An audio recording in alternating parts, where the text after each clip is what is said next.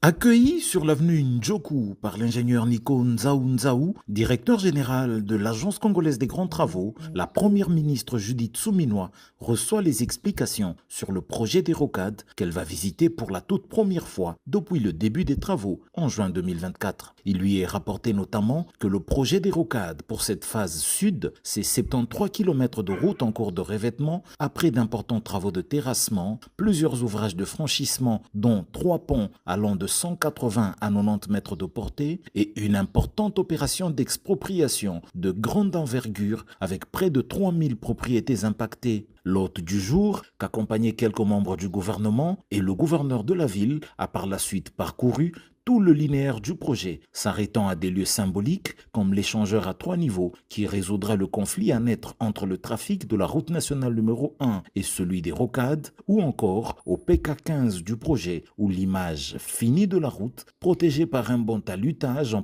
maçonné, a été réalisée. S'adressant à la presse, Judith Suminwa a salué les progrès réalisés, insistant sur la qualité et le délai à respecter. Les travaux étaient bien avancés.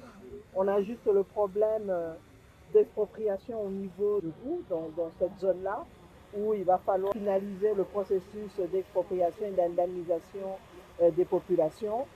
Et nous avons continué jusqu'ici à Mitendi, où il va y avoir un périphérique qui va permettre en fait de passer en dessous de la nationale 1 pour continuer jusqu'à Pompage et Ndélé.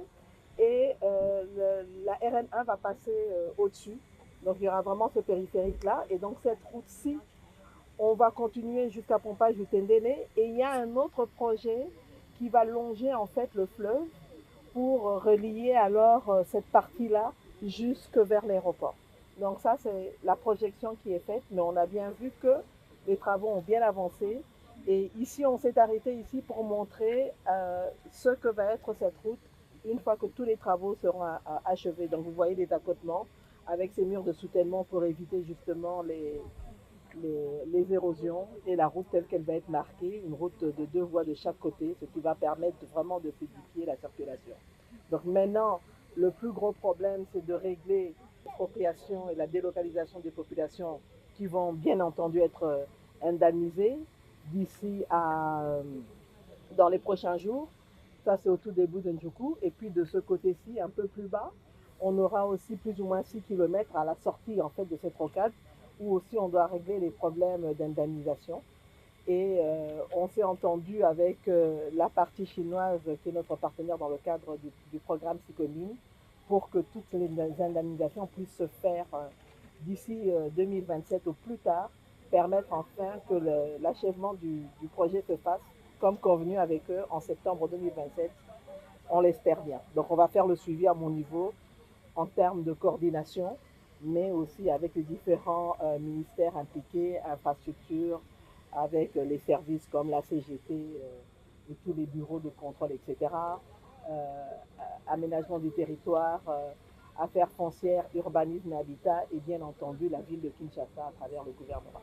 Au pont Goudiabaka, la première ministre a assisté à la pose de la dernière poutre par la firme Crekwit. Quelques minutes auparavant, elle franchissait à pied la rivière Mfouti, dont le pont de 120 mètres de portée a fini de recevoir les poutres et les compléments qui constituent son tablier. Fait remarquable sur le parcours, des habitations qui obstruaient le tracé continuent d'être démolies, signe que les indemnisations continuent à être payées aux personnes concernées.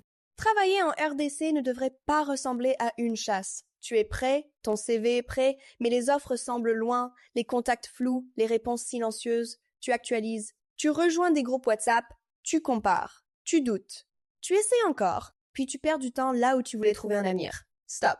Avec Jobinter, tu ne cours plus derrière une opportunité en République démocratique du Congo. Tu commences ta recherche au bon endroit. Où que tu sois, ouvre Jobinter et lance ta recherche gratuitement.